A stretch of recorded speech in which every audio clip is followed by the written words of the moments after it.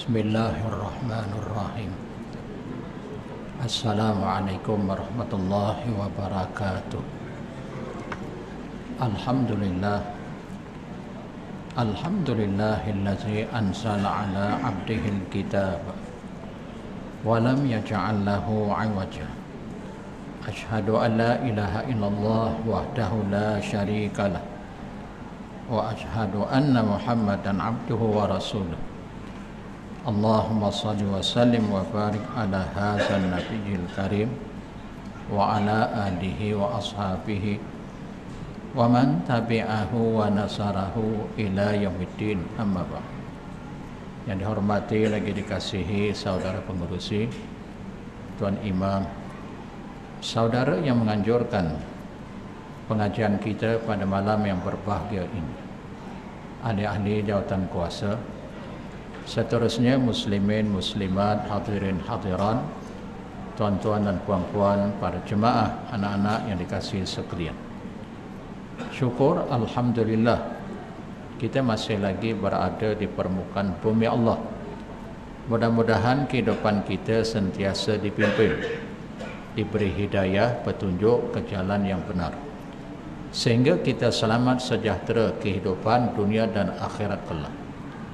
Baik tuan-tuan, ibu-ibu yang dirahmati Allah, kita masih lagi membicarakan tentang pembersihan jiwa. Manusia ketika berada di permukaan bumi Allah, ada dua perkara yang perlu dihadapinya, perlu dilaluinya. Siapapun dirinya, dia akan menempuh yang pertama kebaikan-kebaikan. Lalu yang kedua, dia juga akan melalui keburukan-keburukan. Mahu tidak mahu, dia terpaksa menjalani dua perkara yang berlawanan, kebaikan dan keburukan. Nah, bagi mereka yang beriman kepada Allah dan Rasulnya, tetap berhati-hati dan cermat. Dia akan memilih mengambil perkara yang baik. Dia akan menjauhkan dirinya daripada perkara buruk, perkara mungkar, perkara maksiat. Sebab itu penyudahnya kita besok di hari akhirat ada dua, syurga dan neraka, redha Allah atau murkanya. Maka ketika berada di dunia sebagai penentu untuk kehidupan di hari akhirat, sama ada berbahagia redha Allah atau sebaliknya dimurkai oleh Allah, penyudahnya adalah neraka. Sebab itu banyak di dalam ayat-ayat Al-Quran, demikian juga hadis-hadis Nabi SAW menerangkan, menjelaskan bahawa kehidupan dunia kamu jangan tertipu, jangan lalai, jangan alpa. Di antaranya dalam surah Luqman, juzuk yang ke-21 pada ayat yang terakhir, fala taghurrannakumul hayatud dunya. Kamu jangan taghurrannakumul hayatud dunya, jangan kamu tertipu, kamu jangan terpedaya, kamu jangan terpengaruh dengan kehidupan dunia. Maksudnya kehidupan dunia yang memperdayakan kamu, sebab dunia ni sangat mencabar, sangat menguji keimanan kamu. Contohnya kaya, kesenangan, kemewahan, kedudukan, pangkat, pengaruh dan lain-lain. Kita tak menafikan semuanya itu pada asalnya tak ditegah. Kekayaan, kemewahan, kesenangan, kedudukan, pangkat, pengaruh, semuanya tidak bertentangan dengan agama. Tetapi kalau mereka itu lupa kepada agama, lupa pada akhirat, lupa pada Allah, kadang-kadang lalai, alpa dan leka. Maka sebab itu orang yang beriman sangat berhati-hati, sangat cermat. Kita jangan memisahkan diri kita, pertama dengan Al-Quran, kedua dengan hadis. Bila kita baca Al-Quran, kita pahami, kita beramal, ya kita tahu jalan selamat, jalan yang tidak selamat. Begitu juga kita baca hadis. Hadis ni perkataan, perbuatan dan pengakuan Nabi. Kita baca, kita pahami, kita beramal, pasti kita menjadi orang-orang yang sangat berhati-hati, orang yang teliti, orang yang cermat. tutur kata kita, kelakuan dan perbuatan kita kepada sesiapa pun dan siapa pun title, status kita, raja, menteri, wakil rakyat, orang awam, biasa-biasa sahaja, termasuk kita orang yang berilmu, dianggap orang alim. Bermaksud siapa pun diri kita berhati-hati dan cermat. Kerana hidup ni banyak ujian, banyak cobaan dan banyak dugaannya. Hanya orang yang berpegang teguh dengan agama Allah, beramal, demikian juga berpegang teguh dengan hadis Nabi, pasti dia selamat walaupun banyak ujian, cobaan, dugaan terpaksa dilalui, terpaksa dihadapi. Nah, sebab itu kita memilih kitab Tazkiyatul Anfus, pembersihan hati, penyucian dari sudut kerohanian. Baik. Dalam hadis riwayat Imam Al-Bukhari, dalam hadis riwayat Imam Muslim, demikian juga Imam Ahmad, Ibnu Majah bersumberkan daripada Abu Hurairah radhiyallahu anhu. Nabi SAW bersabda, Al-mu'minul qawiyyu khairun wa ahabbu ilallahi minal mu'minid dhaif. Rangkap yang pertama ini bermaksud seorang mukmin yang seorang mukmin yang kuat, al-qawi, mukmin yang kuat.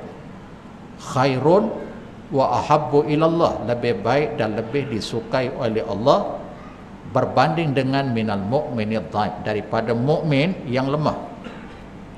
Bila dikompetkan seorang mukmin yang kuat, seorang mukmin yang lemah, maksudnya yang kuat ni sehat tubuh badan, seorang yang cergas dari sudut pemikiran, sehat dari sudut fizikal. Kita tengok dia, oh si Ahmad ni sehat tubuh badan, cerdas, cergas. Dia pada zahirnya kita tengok, oh alhamdulillah sehat si Ahmad. Dibandingkan dengan si Ali, sebagai contoh, Ali ni kita tengok Allahu Akbar, macam tak bermaya. Dari sudut zahiriah fizikalnya, Allahu Akbar, macam berpenyakit, macam bermasalah, kusut masai. Maka kata dia Nabi, seorang mukmin yang kuat lebih baik, bahkan lebih dikasihi oleh Allah berbanding dengan mukmin yang dhaif. Menunjukkan kepada kita dipelihara akan diri kita ni daripada sesuatu yang boleh memudaratkan, sesuatu yang menjadi penyebab dia jadi lemah IQ-nya, menjadi penyebab tak sehat tubuh badannya dari sudut pemakanan, peminuman, hawa, suasana, maka perlu dijauhkan diri daripadanya. Kerana Islam tu dia komprehensif, bab makanan, minuman, bab pakaian, bab pergaulan, kehidupan seharian. Kita hidup ni akan berdepan dengan keperbagaian, yang baik, yang buruk, udara yang sehat, udara yang buruk, pemakanan yang baik, pemakanan yang kurang baik, yang halal, yang haram, demikian juga minuman, kawan yang baik, begitu juga kawan yang kurang baik, kawan yang tak baik, muslim dan muslim, mau tak mau kita akan berhadapan dengan semuanya. Lalu kita kena jaga serba-serbi makanan yang halal, yang baik, demikian juga minuman, pergaulan yang baik, supaya kita jadi cerdas, kita jadi sehat. Kerana Islam sangat menitik beratkan kesehatan, sebab Allah suka. Hatta dalam hadis ni Nabi gunakan perkataan khair wa ahabbu ilallah, baik, bahkan dikasihi, disukai, dicintai oleh Allah. Baik, satu bab. Langsung kata dia Nabi, wa fi kulli khair, setiap urusan, setiap hal dan perkara bagi orang mukmin ini semuanya baik. Nah, tadi di awalnya kita dah sebut berdepan dengan baik, berdepan dengan buruk, tapi bagi orang yang beriman ni wa fi kulli khair. Contoh, berdepan dengan orang baik, alhamdulillah, syukur, dipertemukan dengan seorang yang soleh. Sebaliknya dipertemukan dengan orang fasik, orang munafik, orang zalim, orang jahat, Masya Allah wa tabarakallah. Yang baik tadi alhamdulillah, Pahala tak? Pahala. Yang tak baik, Masya Allah wa tabarakallah. Kalimah dia sebut perkataan Masya Allah, pahala dah pahala. Kerana yang tak baik ni semua ada doa, semua ada zikir. Pagi dia bangun tidur, alhamdulillahillazi ahyana ba'dama amatana wa ilaihin nusyur. Tengok. Tengah malam ditidur, terperanjat dia, terjaga berpeluh-peluh. Mimpi yang buruk, mimpi yang ngeri. Astaghfirullah, la ilaha illallah wahdahu la syarikalah, lahul mulku wa lahul hamdu wa huwa ala kulli syai'in qadir. Dia baca 3 kul, menghembus, belah kiri dihembus. Pahala tak? Kerana berzikir, membaca ayat-ayat Allah. Kan? Bermaksud setiap kehidupan wa fi kulli khair. Orang beriman ni semuanya baik. Berdepan dengan orang baik pun pahala, berdepan dengan orang yang buruk pun pahala. Bila melihat perkara baik, alhamdulillah. Yang tak baik tadi, orang yang tak baik, Masya Allah, kalau boleh dihampiri, didekati, langsung dinasihati mengikut kadar kemampuan, bukan sekadar Masya Allah. Contoh, kalau keluarga kita yang terdekat, sudah tentu kita dekati, kita hampiri, kita pun nasihat. Sudah tentu kita nak menyelamatkan daripada keburukan, daripada kemungkaran. Dah Masya Allah satu bab, kita pun nasihat, kita pun tunjuk ajar. Minta maaf, kita tetap keluarga. Tapi besok di hari akhirat, walaupun saya kasih kepada kamu, kita ada hubungan kekeluargaan, tapi sebab keburukan, kejahatan, kemaksiatan, saya tak boleh membantu kamu. Amalan nafsi-nafsi. Kan? Nah, begitulah kehidupan seorang mukmin. Pagi, tengah hari, petang, malam, semua dalam keadaan baik. Keluar daripada rumah, jumpa orang susah. Cik, tolong cik, saya susah. Bagi duit. Bantu dia, pahala tak pahala, akan baik. Tak ada pula kita tengok geleng kepala. Kamu jadi macam ni bukan apa ni. Dengar baik-baik. Kamu ni pemalas. Sehat tubuh badan, pasal pemalas. Islam tak suruh kita malas. Betul lah ceramah kamu, cakap kamu betul. Bermaksud kalau you nak kata dia malas, sehat tubuh badan, jadi macam ni. Pasal apa? Peminta sedekah, minta belah ihsan sebab kamu malas. Betul lah, tapi cara kita bercakap. Maaf, tuan daripada mana tuan? Kita bagi langsung tanya. Rasanya tuan ni macam sehat. Hidup ni kita tak boleh menadah tangan.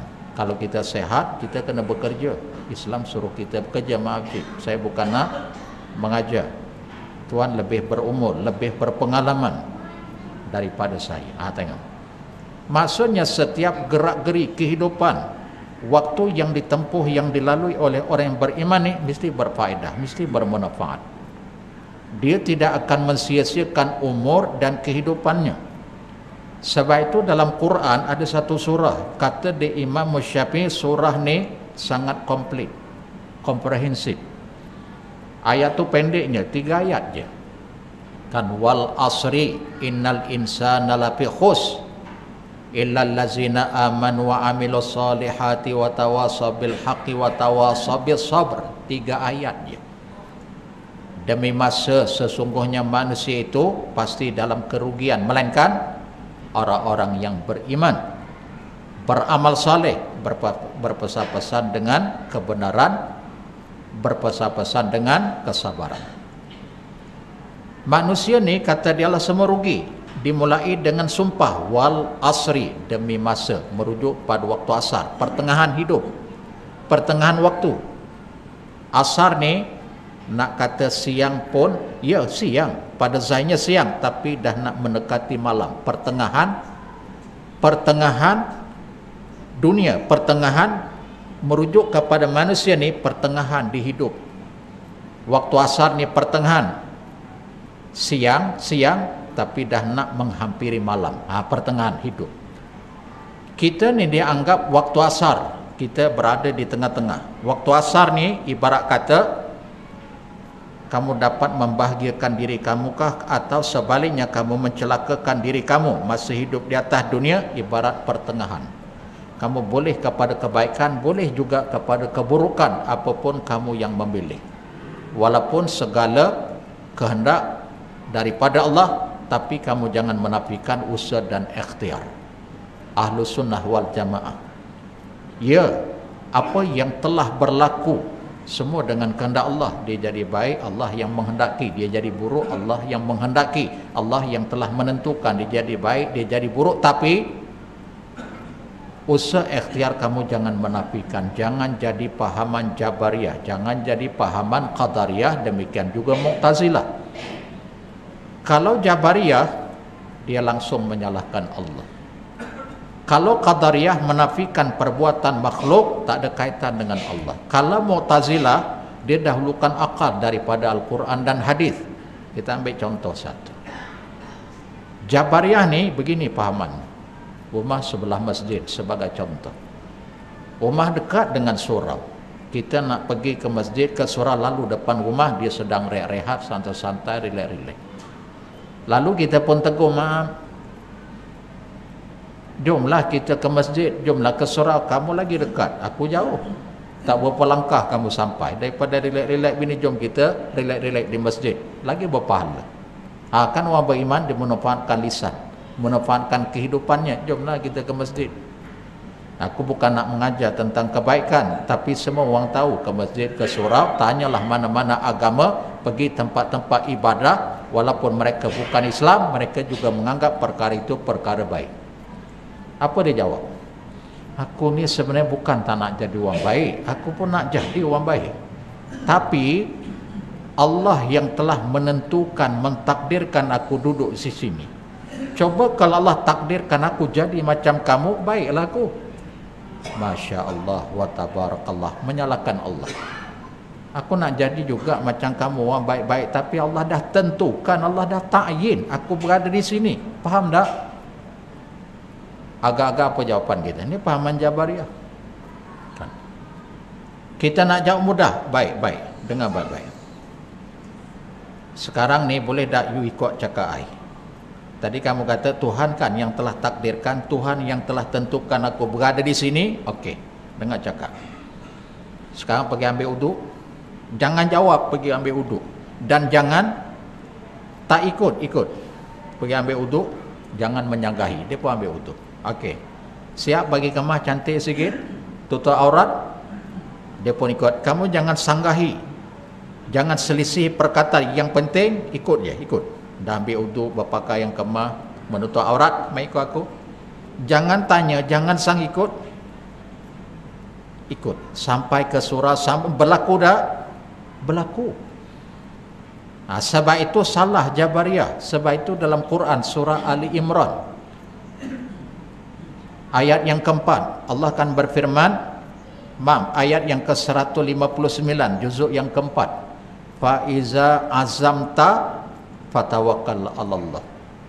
Apabila kamu telah berusaha. Kalimat telah berusaha dalam bahasa Arab, dalam kajian al-munah wasar, namanya fi'lul madhi, telah. Dalam bahasa Inggeris dinamakan past tense. Apabila kamu telah fi'lul madhi past tense, telah berazam, telah berusaha, berikhtiar. Jangan menafikan usaha dan ikhtiar. Fatawakkal 'alallah, maka berserah dirilah kamu, bertawakallah kamu kepada Allah. Nampak? Salah Jabariyah. Baik, bagaimana pula pahaman Qadariyah? Qadariyah sebaliknya daripada Jabariyah. Kita ambil contoh yang seumpama tadi. Dia duduk, lalu kita nak pergi ke masjid, kita lalu depan rumah dia, dia tengah rilek-rilek santai. Tuan, jomlah daripada rilek begini, jomlah kita ke masjid. Kan ke masjid ni perbuatan yang baik, jomlah kita pergi. Apa dia jawab? Kejap lagi lah aku pergi. Janganlah kejap-kejap sekarang lah, saat lagi nak masuk waktu maghrib. Okey, aku pergi sekarang. Dia pun siap-siap pergi. Dalam perjalanan kita pun bersembang, alhamdulillah, aku ajak-ajak kamu tadi bukan ajak-ajak ayam, ajak-ajak betul. Tapi alhamdulillah, ada yang berjaya, ada yang tak berjaya. Yang kamu ni berjaya. Apa dia jawab? Sebenarnya aku ke masjid, ke surau ni semuanya dengan kehendak usaha ikhtiarku sendiri, tak ada kaitan dengan kehendak Allah. Kita pun terperanjat, astagfirullah. Qadariyah dia menafikan perbuatan makhluk, perbuatannya ada kaitan dengan perbuatan Allah. Aku buat baik ni kerana usaha dan ikhtiar aku nak jadi baik, aku jadi baik bukan dengan kehendak Allah. Aku yang jadi jahat ni dengan kehendakku, bukan dengan izin Allah. Faham tak? Salahnya tang situ menafikan aku jadi baik ni sebab aku yang berusaha berikhtiar jadi baik, bukan ada kaitan dengan Allah. Cuba kalau aku jadi jahat, boleh berlaku tak jadi baik? Wah, macam betul. Dia tak mengaitkan langsung dengan kehendak Allah dengan perbuatan makhluk. Baik, bagaimana pula dengan pahaman Mu'tazilah? Mu'tazilah ni salahnya ada ketikanya dia sama, bersesuaian betul dengan Ahlus Sunnah wal Jamaah, ada ketikanya betul. Tapi ada ketikanya pahaman Mu'tazilah ni dia tak betul. Salah, sesat dia. Tang mana yang salah? Okey. Kerana Mu'tazilah ni dia mendahulukan akal daripada Al-Quran dan hadis. Kalau bercanggah akal dengan Quran hadis, didahulukan akal. Quran hadis ditolak tepi. Tang sini dia sesat. Walaupun ada juga persamaan dengan Ahlus Sunnah wal Jamaah, tapi ada bab-bab tertentu. Contoh, kita tanya dekat pahaman Ahlu, kita tanya dekat pahaman Mu'tazilah, tang mana yang salah? Dengan baik-baik ambil perhatian. Kamu pahaman apa? Mu'tazilah. Okey. Orang meninggal, mati, besok di hari akhirat ditimbang di neraca pengadilan Tuhan. Betul tak? Betul. Ditimbang kita, betul tak? Betul, kata dia Mu'tazilah. Okey. Katalah contoh ditimbang wal waznu yawma idzinil haq dalam surah Al-A'raf ayat yang ke-8. Pada hari ini timbangan Allah itu adalah benar. Benar tak? Betul tak? Yakin tak? Percaya? Kata Mu'tazilah. Kita ditimbangkan? Ya. Okey. Bila ditimbang di neraca pengadilan Allah, rupanya 50-50, 50 baik, 50 jahat. Lalu kita tanya, di mana wang ni? Tempat kedudukannya di mana? Mu'tazilah dijawab, tempat dia manzilah bainal manzilatain. Dia duduk di tengah-tengah, tak masuk syurga, tak masuk neraka. Hawa syurga dia dapat, begitu juga hawa neraka pun dirasai. Pasal logik 50/50. Kita tanya lagi, sampai bila? Sampai bila-bila?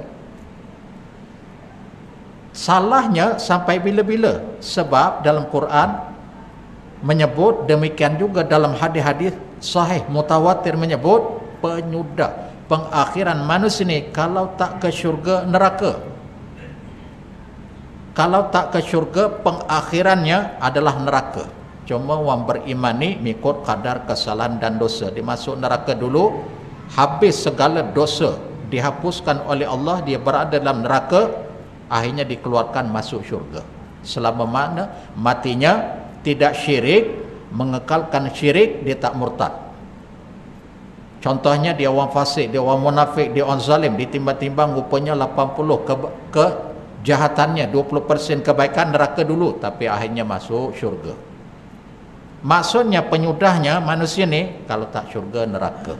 Kekalnya tak syurga, neraka. Lalu kalau ditanya dekat Ahlu Sunnah wal Jamaah 50-50, ke mana dia? Ya, peringkat awal duduk di tengah-tengah, pengakhirannya dia akan ke syurga juga. Dengan syarat, kata dia Ahlu Sunnah wal Jamaah, ditelik. Masih hidup di dunia ni 50-50 kan? Di dunia ni ada tak dia baca Quran? Ditimbang 50, tapi ditelik, diperhatikan ada tak dia baca Quran? Oh, kerap dia baca Quran. Sebab itu dalam hadis riwayat Imam Muslim daripada Abu Umamah Al-Bahili radhiyallahu anhu, Nabi sebut begini, iqra'u al-Qur'ana fa innahu ya'ti yaumal qiyamati syafi'an li ashabi. Kalimah syafi'an li ashabi, baca olehmu akan Al-Quran, kerana sesungguhnya besok pada hari kiamat Al-Quran akan datang memberi syafaat kepada orang yang membacanya. Maksudnya walaupun 50-50, rupanya ada bacaan Quran di dunia, akhirnya masuk syurga. Itu pahaman Ahlussunnah wal Jamaah. Atau ditelik-telik, diteliti, dicermati, oh, tak ada dia baca Quran, tapi ada amalan dia memperbanyakkan selawat.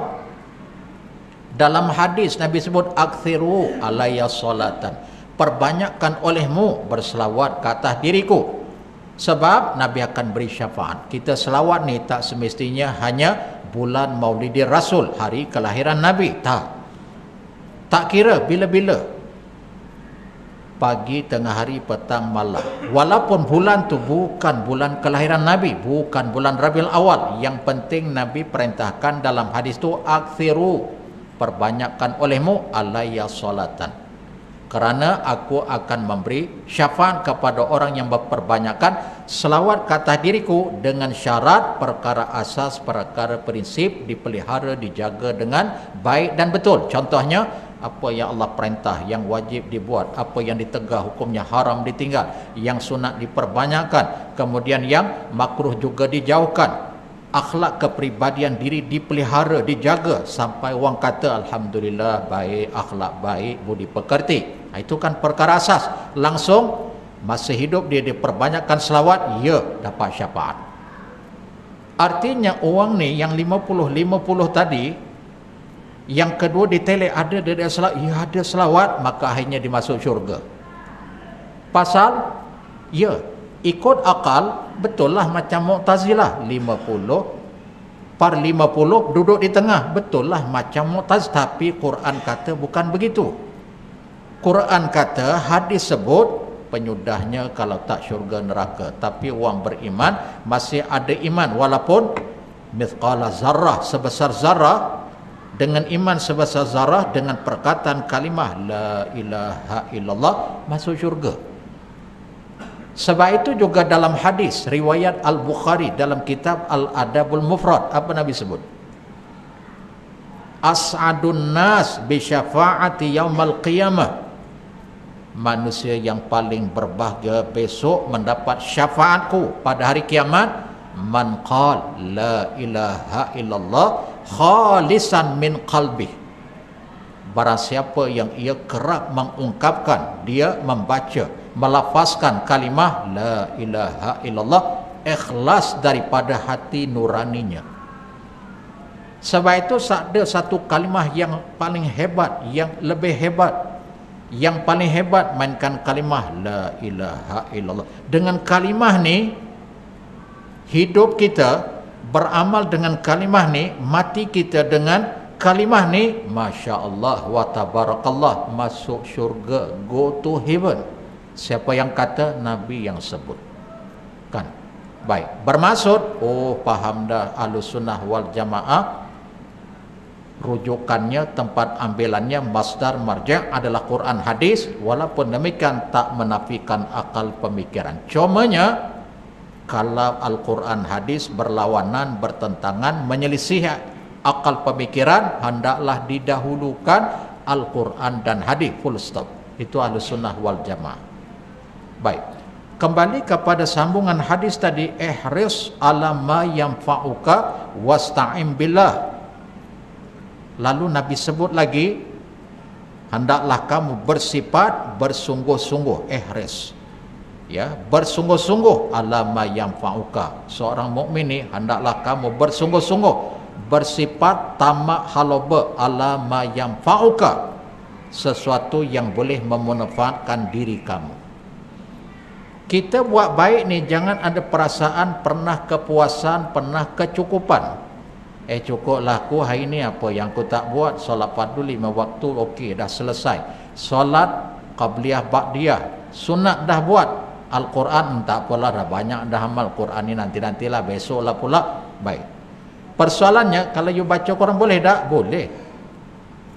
Orang yang beriman sifat tamak holoba dengan perkara kebaikan, dia tak ada perasaan cukuplah, sudahlah tu, besok-besoklah pula cari pahala, cukuplah ni. Masya Allah. Orang yang beriman, dia sentiasa tamak haloba dengan perkara yang memberi faedah, memberi manfaat, sama ada dunianya atau akhirat. Apa dia yang dunia? Contoh, keluar daripada rumah nampak sampah sarap, Apatah lagi sampah sarap tu sangat membahayakan, memudaratkan orang yang lalu lalang, ambil. Kaca dibuang, paku dibuang, kayu-kayu yang menghalangi yang menjadi penyebab mudarat. Lepas tu dia pun duduk-duduk relax. Lepas tu ada pula orang buang sampah. Betul lah, orang buang sampah tu kita tengok, astagfirullah, tak ada akal ke orang ni. Nak buang sampah tak salah, buang tempat yang seumpama ni tempat awam. Buanglah tempat yang telah disediakan, tempat sampah. Tengok dia buang tu kaca pula tu, ya Allah. Tadi dia dah kemas tempat tu, tak apa, dia ambil, kemudian dia buang. Tak pernah merasa penat dan jemu, kan? Betul lah. Dan dia mengata, dia sebut tadi, dia bukan mengumpat, astagfirullah. Nampak macam buang cerdik. Inilah yang dikatakan pepatah kan ada sebut, cerdik tak boleh diikut, bodoh tak boleh diajar. Nampak macam orang cerdik, macam orang baik-baik, macam orang educated, orang yang terpelajar. Tapi tengok, astagfirullah. Kita pun ambil, kita tolong buangkan, kan? Bermaksud orang beriman mesti begitu. Lepas baca Quran, relax, dah ada kekuatan, dah hilang penat jemu, ambil lagi, baca lagi, berzikir lagi, berdoa lagi, buat baik itu, buat baik ini. Tengok. Dalam masa yang sama kata di Nabi, wasta'in billah, minta tolonglah kamu billah. Billah, Nabi gunakan kalimah billah. Ibarat kata hidup kita ni, kita minta tolong dengan Allah, billah. Sama macam perkataan Bismillahirrahmanirrahim. Kan bismillah, dengan nama Allah yang maha pemurah lagi maha pengasih. Nak makan, bismillah. Aku ni macam bersama dengan Allah, bukan pahaman sesat. Ba itu ba ma'iyah, bersama. Mintalah tolong olehmu akan Allah. Berusaha sedaya upaya melakukan kebaikan, dalam masa yang sama mintalah tolong pada Allah. Allah yang mengizinkan, Allah yang meredai kamu buat baik, walaupun dengan usaha dan ikhtiar kamu, kan? Kemudian kata dia Nabi, wala ta'jas, kamu jangan merasa lemah. Dengan arti kata jangan merasa jemu, bosan, jangan merasa lemah. Dah buat baik, relax. Kita buat baik ni, masih hidup di dunia ni, tak pernah berakhir, tak pernah berkesudahan. Baik sampai akhir hayat, kan? Wallahu a'lam. InsyaAllah kita sambung kuliah kita di masa yang akan datang. Ada lagi sedikit sambungan hadis ni. Ya, mudah-mudahan sedikit sebanyak yang kita sampaikan menambahkan ilmu, keimanan dan ketakwaan. Yang baik kita amalkan, yang tidak baik kita istighfar, memohon keampunan kepadanya. Aqulu qawli hadza wa astaghfirullah wa billahi taufiq wal hidayah. Assalamualaikum warahmatullahi wabarakatuh.